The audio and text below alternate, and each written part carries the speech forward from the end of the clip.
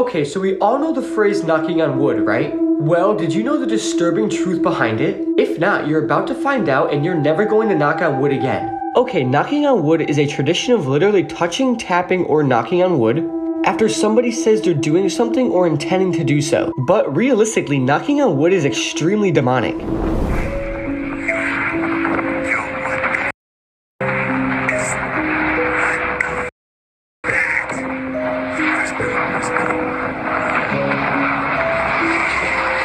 Now, you are looking at one of the most disturbing photos in American history. In the 1950s, the Cooper family purchased an old home in Texas and moved in. And on their first night in the house, the father took a photograph of the family to commemorate the event. If TikTok gets banned in the US, couldn't we all just download VPNs and access TikTok from servers in other countries? Yes and no. If you have been wondering what the hell is going on between Kendrick Lamar and Drake, I got you. I'm gonna break it down for you in like a couple minutes. Is my mic good? Did y'all hear that? I'm back, it's your boy FITTI to the E, and today I got a video for you. I started a second channel and have a lot of vlog content for that. I haven't uploaded it yet, but if you click on the second channel down in the description, I'm gonna upload that video before the end of this month. Also remember that we have the astrology chains going out. A lot of people have been actually liking those, so if you guys like the astrology chains, bracelets, anything like that, link down in the description as well. I've got a picture that will give you chills. This photo is of Amy's song from 2017, and the strange part about the picture that you're looking at is that the picture is of Amy. We just don't know who took it. Amy was a college exchange student who was living in Central Florida at the time when she went on a hike by herself. Amy never came back, so her family as well as the school commissioned the police to work on a ground and aerial search while tracing her phone. The phone was eventually recovered. They found it near a swamp, and although Amy's body was never found, that picture was a picture of Amy running through the water. So many questions have continued to surround this case about what really happened to Amy out there and who took the photo of her. At the same time, it's like the person that took the picture, maybe he did it, but again, you can't just accuse someone of something, also when you really don't know. But again, why would he be there taking a picture of a girl running? But she was running. It's a little bit sketchy. I think maybe he did it, honestly. Got a scary update on the woman that went viral after freaking out on an airplane, claiming that everyone was going to die. She said she saw a sinister figure in black at the back of the plane. Well, take a look at this image. The woman did the as above, so below sign. These words and the accompanying gesture are familiar to occultists. Not only that, apparently this woman is now missing. What is going on? Make sure you all like and follow for more updates and scary content. Bro, I remember seeing that back when it went viral, and I was just like, I'm pretty sure they figured out what will happen to her. I think she was like intoxicated with something. I don't remember, but like, I don't think it was anything too crazy, unless they're trying to cover something, which is what they usually try to do. Kind of weird, right? Like, why? She found out that her husband of over 10 years didn't exist. In 1995, a high-earning Stanford and Harvard-educated executive named Sandra Boss set out for a Clue-themed cocktail party in New York City. There she met a man who introduced himself as Clark Rockefeller. He told her he was a distant member of the infamously wealthy and powerful Rockefeller family. He claimed he was an heir to the Rockefeller fortune and said all the right things. Clark was not only very intelligent, but he was charming. The two fell in love and got married in an unofficial ceremony. But not long after, Sandra began to notice some strange things about her husband. Most notably, for being a Rockefeller, Clark never had any money. Sandra was the breadwinner for the family. Clark told Sandra to file her taxes as a single person, even though they were married. Sandra also found that Clark didn't have a social security card, not even a credit card to his name. He was also cagey about his past, but the two had a daughter together, so Sandra tried to make it work. But finally, after 10 years, Sandra knew something was very wrong and hired a PI to look into her husband. And the PI found that Clark Rockefeller didn't exist. No one knew who this man was, but he was not a Rockefeller. And after Sandra divorced him, he kidnapped their daughter for a week. Their daughter was recovered safely by the FBI, and Clark Rockefeller was later identified as a German-born conman named Christian Gerhardschreider. He had been conning for 30 years and had countless identities.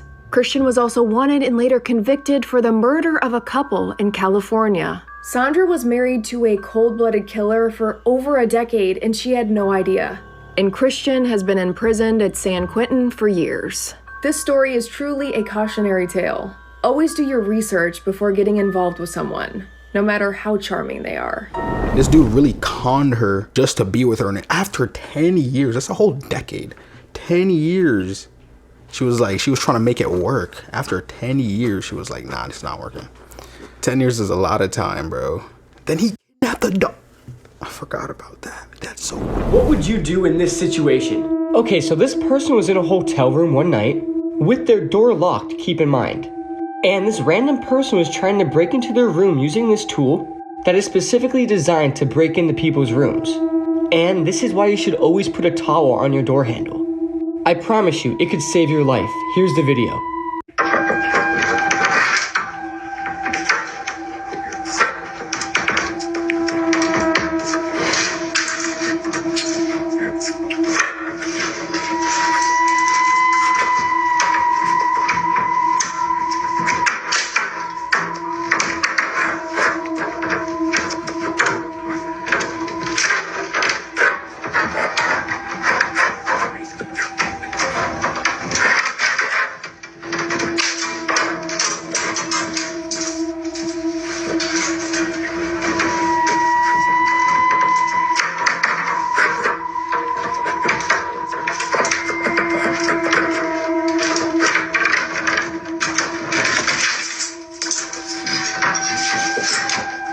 I'm thinking to myself, like, what's the point of doing that, bro? Like, what's the realistic point of him just, okay, guys, I'm gonna try to break into this house or break into this hotel room. I mean, I guess there could be things in there, but it's like, bro, you're at a hotel, bro. If anything, you have a higher chance getting caught there than like a home invasion. I feel like you'd get caught at a hotel more though.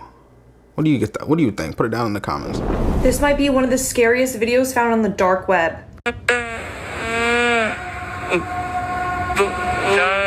Believe what you see, don't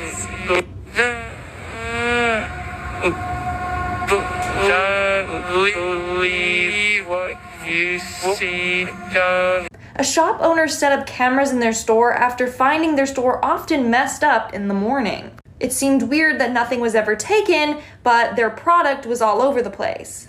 This is what they discovered. I don't know what that creature is, but their store is haunted.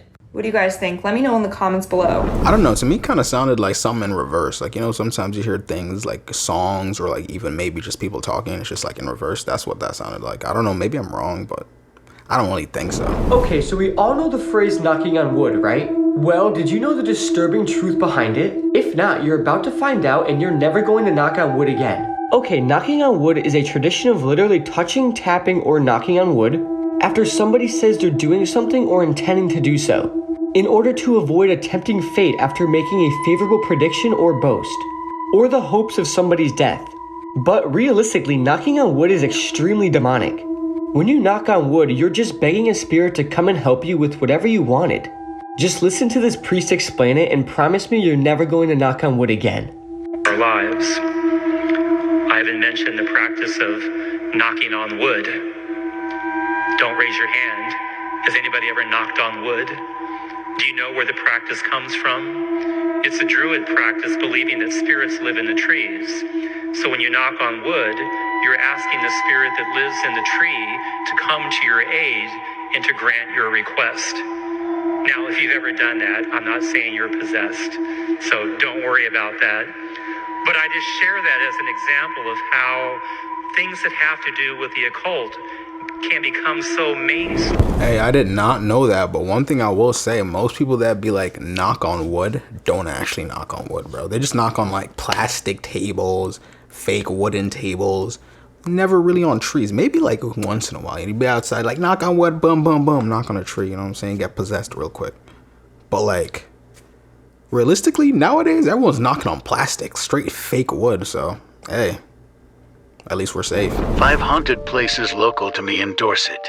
The last story had me crying. Knowlton Church, said to be one of the most haunted places in Dorset. The church was built in the 12th century and was deliberately sited in the middle of a pagan place of worship. Paranormal groups have witnessed swirling white mists and have heard ethereal voices chattering around them, and a tall figure dressed in black that suddenly appears from nowhere can be seen. Scapeland's Court is a 15th century Grade I listed house in Poole, Dorset. It is believed that a maid named Agnes Beard was K for lead at the house in 1598. Tyneham Village. Tyneham is a ghost village abandoned in 1943 and former civil parish. Visitors have claimed to see things out the corner of their eye when visiting. People have also stated feeling uneasy in the school classroom that is there. A ghostly sighting has been caught on camera of a tall man in a flat cap and long coat. Cough Castle. William the Conqueror began the castle, although it was King John who turned it into the royal palace. Strange, flickering lights have been seen moving about the ramparts at night. The heart-rending sobs of a weeping child has been heard from the castle.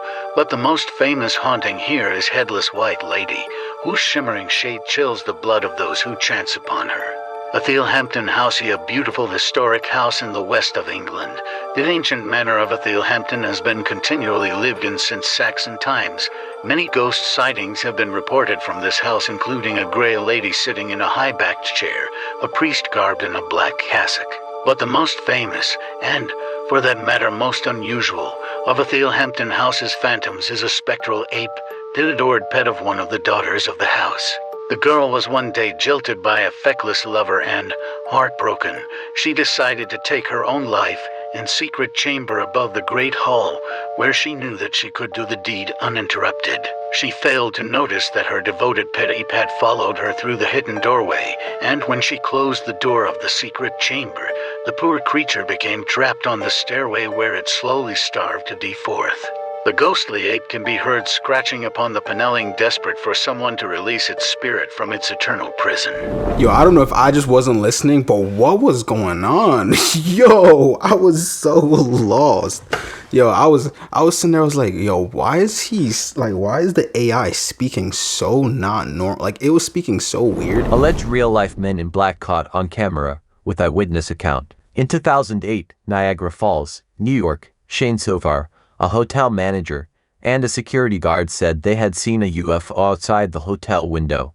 3 weeks after a UFO investigation team looked into the sighting, 3 witnesses reported that 3 MIB had visited the hotel and terrified the staff, looking for Sovar and the guard, who were not present at the time. The witnesses described them similarly to Hopkins' account.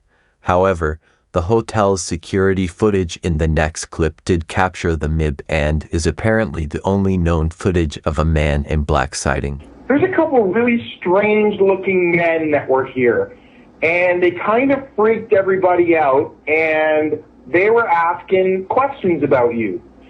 And of course, now I'm getting a little bit nervous, and I'm like, what are you talking about? And he said, well, he goes, I don't know how to describe them except for extremely odd looking. They were the exact same height, they were wearing the exact same clothes, and they had the exact same faces, like they were twins. And he said they were wearing black suits, black trench coats, they were wearing like the old-fashioned fedora hats. They had extremely, extremely pale skin. And he said they came in and they asked for you. And I said, I'm sorry, he's actually not working today. And it seemed like they didn't believe me, so they started to walk around the hotel, and shortly after they went to the tour desk. But he goes, they freaked me out, and I really wanted to tell you that there were these weird guys in here looking for you. So, of course, now I'm a little bit skeptical and I'm a little bit freaked out all at the same time. So the first thing I do is I run into my security office and I rewound the cameras. And sure enough, here comes 2 gentlemen through the front door looking exactly how he described. Then the next day, I was talking with my tour desk, and one of them asked to talk to me. She came in my office, the same as my bellman, and she said, I heard that you heard that there were some men looking for you. And she said, they asked a few questions about you, and they said strange things that I didn't understand. And they were talking about governments and conspiracies, and none of it made any sense to me. But she goes, they were very, very scary. She said they had no eyebrows, no eyelashes, nothing. Their hair looked like they had a wig on, like it was attached to their hat, like it wasn't even real. And she said, and the scariest thing, their eyes were so big and so blue that they almost hypnotized me a little bit. And she goes, and you're going to think I'm crazy when I tell you this, but I swear they knew what I was thinking. And she started to cry, and she said one more thing before she left. She said, these men, they didn't blink. Not once did I see them blink. I'm thinking about it like, if I'm being real, if a government was supposed to make a bunch of men in black, like a bunch of people that go around doing alien stuff, wiping people's memories and stuff, why make them all look the same and make them act weird? Like, at least make them normal. Like, you know what I'm saying? If I was a Men in Black and I'm coming around talking like, hey, what's up, guys? No one would know. But if I'm just like, have you seen John? Haven't seen John. You're gonna be like, yo, what the is this kid doing? Like, who is this? Like, let's be real, bro. Come on, bro. Put some more personality into the bots, America. Story that just continues to keep me up at night is what happened to the Yuba County Five. In 1978, there were 5 men that were coming from a basketball game in Chico back down to Yuba City in the middle of the night. Now, all 5 of the men suffered from mild intellectual and psychological disability. Never gonna know why they did this, but for some reason, when they were on the highway, they got off of the highway and went onto a dirt back road in the Plumas National Forest. You know, is that for whatever reason, they eventually got out of their car and started walking on foot, and they vanished. Police eventually found that car and they expected something's wrong with this. Not the case. The car had gas and it was working fine, so why did they get out of it and walk through the woods? Nobody knew what happened to them until eventually somebody stumbled into this cabin. Quick before I get into it, if you want the full episode on this, you can listen to it on Creep Time, the podcast. Inside that cabin was the body of Ted Wire, and he had lost 80 pounds. Didn't make any sense because the cabin was full of food. Eventually, they found everyone's body except for Gary Mathias. Yeah, we already know who did it. Where's Gary at, bro? Let's question Gary right now. We know Gary did it. You are looking at one of the most disturbing photos in American history. In the 1950s, the Cooper family purchased an old home in Texas and moved in. And on their first night in the house, the father took a photograph of the family to commemorate the event. The family posed at the dining room table, and everyone was happy. It was their first home, their first slice of the American dream. Weeks passed, and finally the father took the roll of film to the local pharmacy to have the pictures developed. A week later, Mr. Cooper picked up his photos, began looking through them, and was stunned. When he got to the photo he had taken of his family that first night in their new home, he saw this, a figure coming down from the ceiling, and it was not there when the father took the photo. So where had this figure come from? Was it an apparition of a deceased former tenant of the home? No one knew. Some say it's paranormal. Others argue it's just double exposure. But I ask, if it is, why is the body positioned in such an odd way? Who stands like that in a photo? No one. Or at least no one I want to know. But can you imagine going to get your film developed, excited to see these wholesome photos of your family in your new home, and you get this? And then you have to live in the home? Yeah, nah, bro. I'm not gonna lie. To me, that did not look like no one standing. Looked like someone fell through the roof. Like, what? Yo, Project Bluebeam is happening.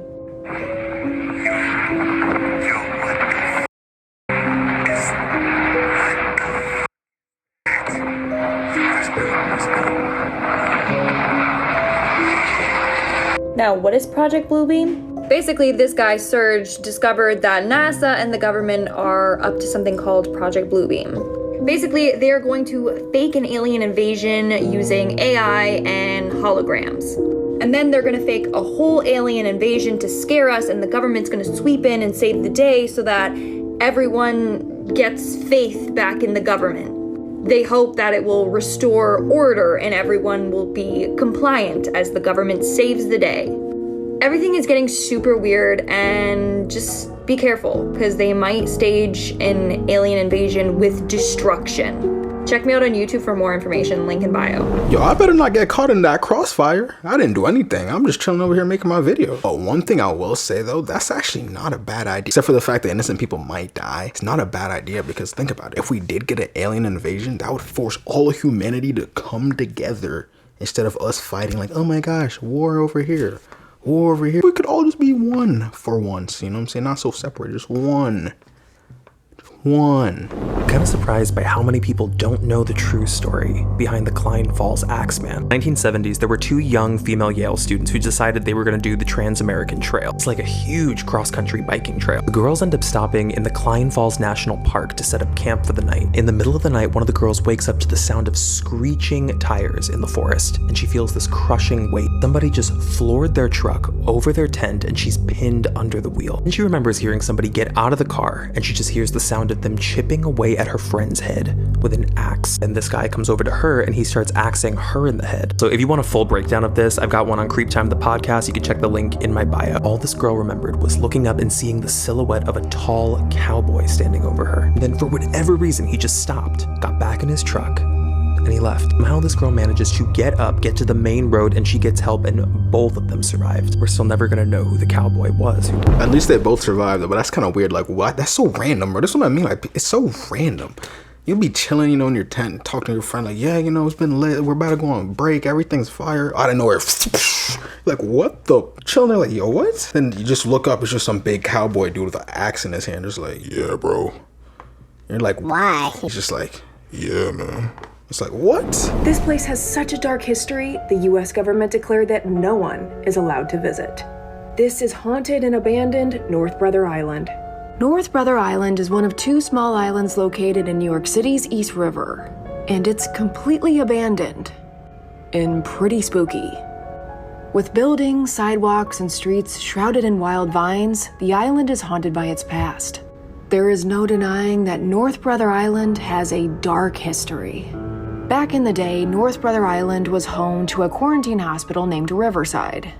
A place for those like the famous Typhoid Mary and others suffering from highly contagious diseases like smallpox, typhoid, tuberculosis, and polio. The island was eventually abandoned after a failed attempt at converting it to a rehabilitation center. What remains of this eerie place are crumbling buildings ready to collapse at any moment. It's truly an island frozen in time. Outside access to the island is rare and requests are only considered under very specific conditions. What are your thoughts on this very spooky and very abandoned island? One thing I will say is that, hey, it's abandoned for a reason. So my friend was telling me about this case and I literally had to look it up. I did not believe her. And now that I've confirmed that it is true, it's probably the creepiest thing I've ever heard. So this is 3-year-old Riker Webb. One day, he was playing with his dog in his backyard when he vanished into thin air. Police did a very extensive search for him. Neighbors got involved, they had dogs, they had helicopters, the whole 9 yards to try and find this toddler. But it wasn't until 2 days later when he reappeared, looking like this. Now, it's very obvious that something traumatic has happened to this child.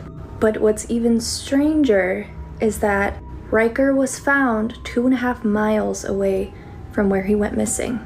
And remember, police did a very extensive search. Not only that, but this outfit is not what he disappeared in. So this toddler has supposedly wandered off by himself and has somehow survived in the forest for 2 days with negative temperatures. And when he reappears in the same areas that everybody has been searching for him in, he's wearing someone else's clothing.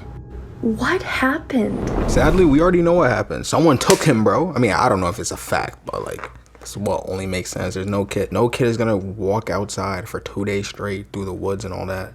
Come dressed up. Like, obviously someone gave... It's weird, right? Weird, but he looked completely different too. That's even scarier. Have a Tata Duende story time. In case you don't know what a Tata Duende is a small man that lives in the jungle. His sole purpose is to protect the jungle and all of the animals that live within the jungle. But he is also known to lure children and adults into the jungle. If you follow him along, you are usually never heard from again. Now, story time. This was submitted by Javier. I went ahead and tagged him down below. This story actually only took place a couple months ago. So one night, Javier is sitting at home and he starts to hear whistling coming from outside. He decides to go out there and investigate, but doesn't see anything, so he goes right back into his house. As the night goes on, he's laying in bed just scrolling through TikTok when he starts to hear the whistling once again. He gathers all of the courage that he has and opens his window, but when he looks out there, he again does not see anything, so he shuts everything off and goes to bed. In the middle of the night, he ends up waking up to go get a glass of water. When he's up, he then realizes that he can now hear the whistling once again. He goes and looks out the window, but this time he sees a man, a very small man, standing there with a really big red hat and backwards feet. Javier runs, hides, and starts to pray. Soon after, he doesn't hear the whistling anymore and he figures that he's in the clear. The next day, he does some research and finds out what that thing was, and he realizes that it was a Tata Duende. Not long after, Javier came down with a really bad fever and almost didn't live to tell this story. So if you happen to be at home and hear any whistling of any type, ignore it. Actually, what I am gonna do, if I hear the whistling, I'm gonna go exactly to the exact spot I hear it. See the person that's creating the whistling, like, yo, bro, what's going on? Like, yo, bro, you wanna come to the woods with me? I'm like, yeah. I'm gonna just walk into the woods with him, look at his backwards feet, you know, his hands, like, yo, this is a very trustworthy dude, yeah. Let's just walk into the woods together.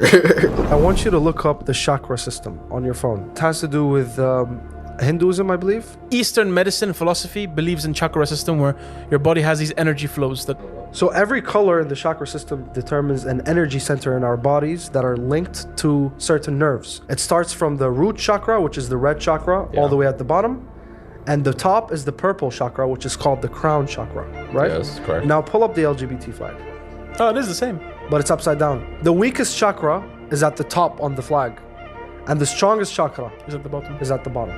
Yeah, I don't know, man. I feel like that's a leap. You think so? Yeah, I think you're just connecting coincidences because it serves your point. Purple, red, purple. Coincidence. Coincidence? Yeah, I think that was a stretch. I'm not gonna lie. I'm like, honestly, bro, I don't know how chakras and LGBTQ are gonna correlate. What does it have to do with anything, bro? In the last podcast, I spoke about the Shams al-Ma'arif book.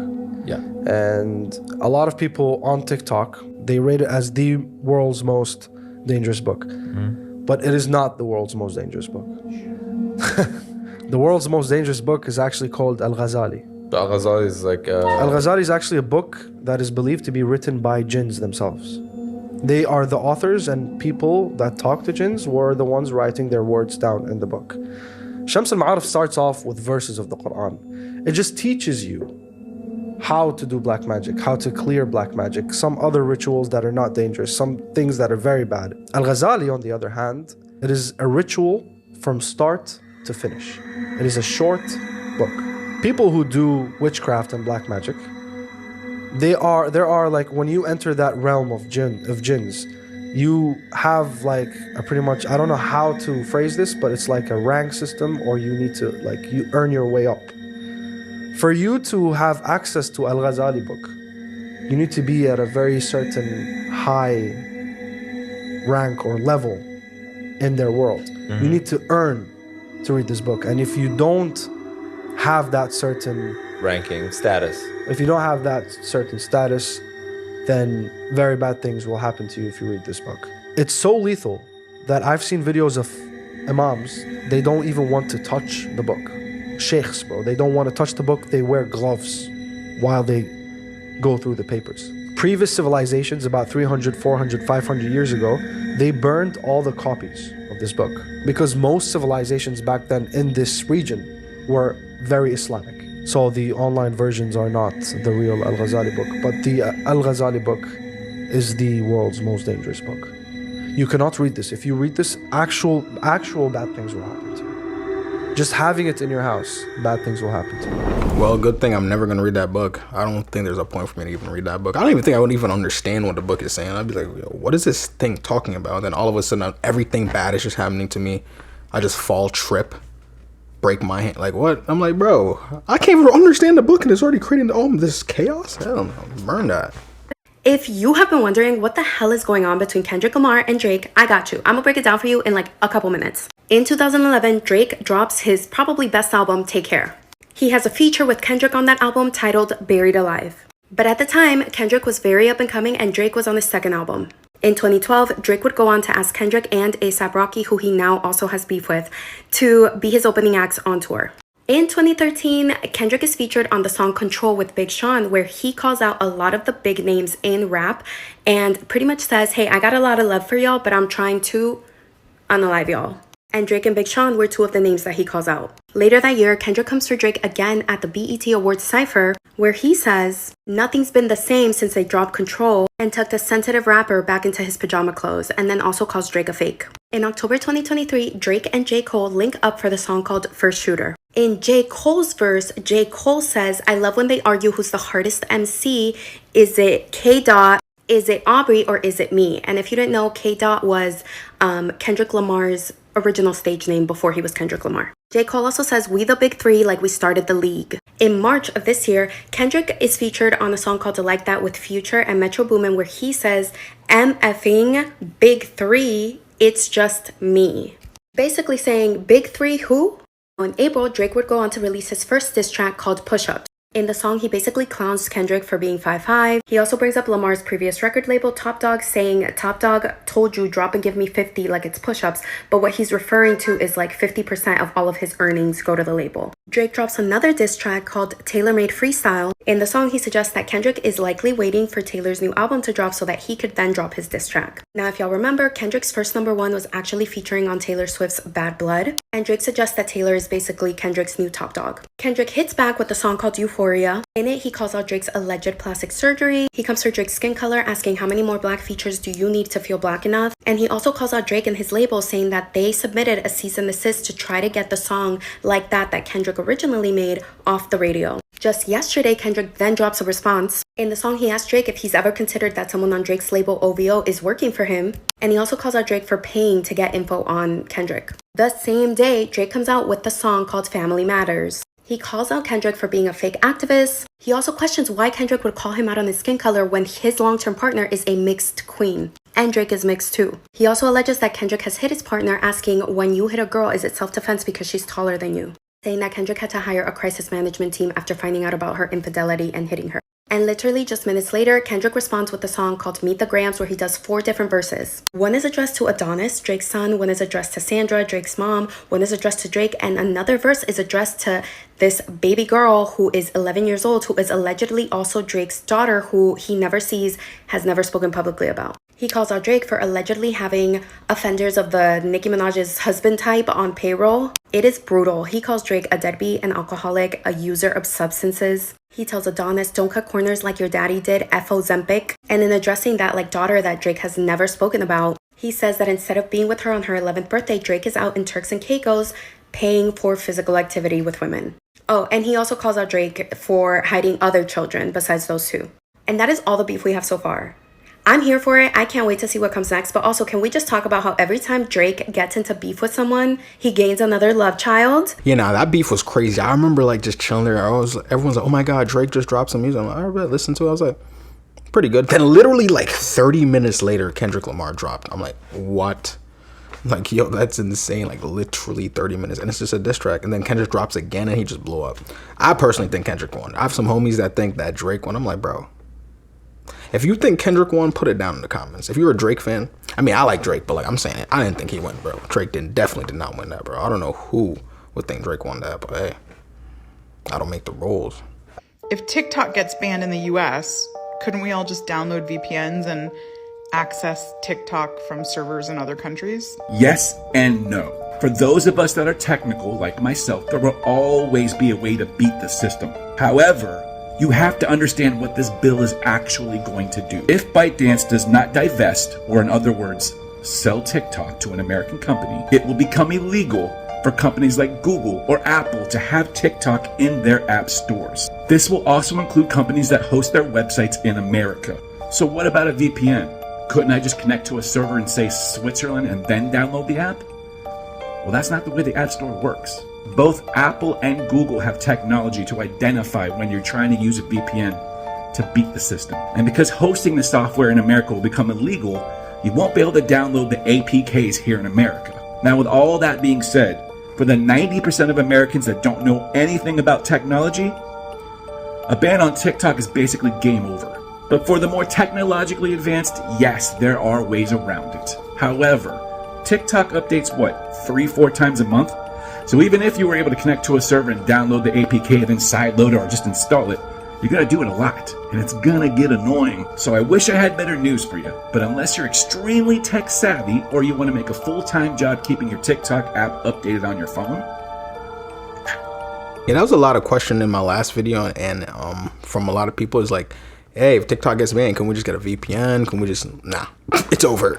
Like once it's done, it's done. Like you can't get it back. If TikTok gets banned, man, thank you for a lot, TikTok, but hey, you know, guess it's for the better. Do you think TikTok's parent company will sell it over to a US company, or do you think that it's just gonna get banned straight out, never see TikTok ever again? Let me know your thoughts down in the comments. But if you guys like the video, please like the video. Let's try to get to 500 likes this video. Thank you for watching. I know I've been away for a little bit, but remember, there's a vlog channel down in the description that I'm starting. It's a little bit different. It's not like anything scary like that. If you guys like the chain, and remember that the astrology bracelets are also on sale on the website, so click the link down in the description. You'll find both the channel, the chain, and probably some other links. But hey, thank you for watching. Peace out.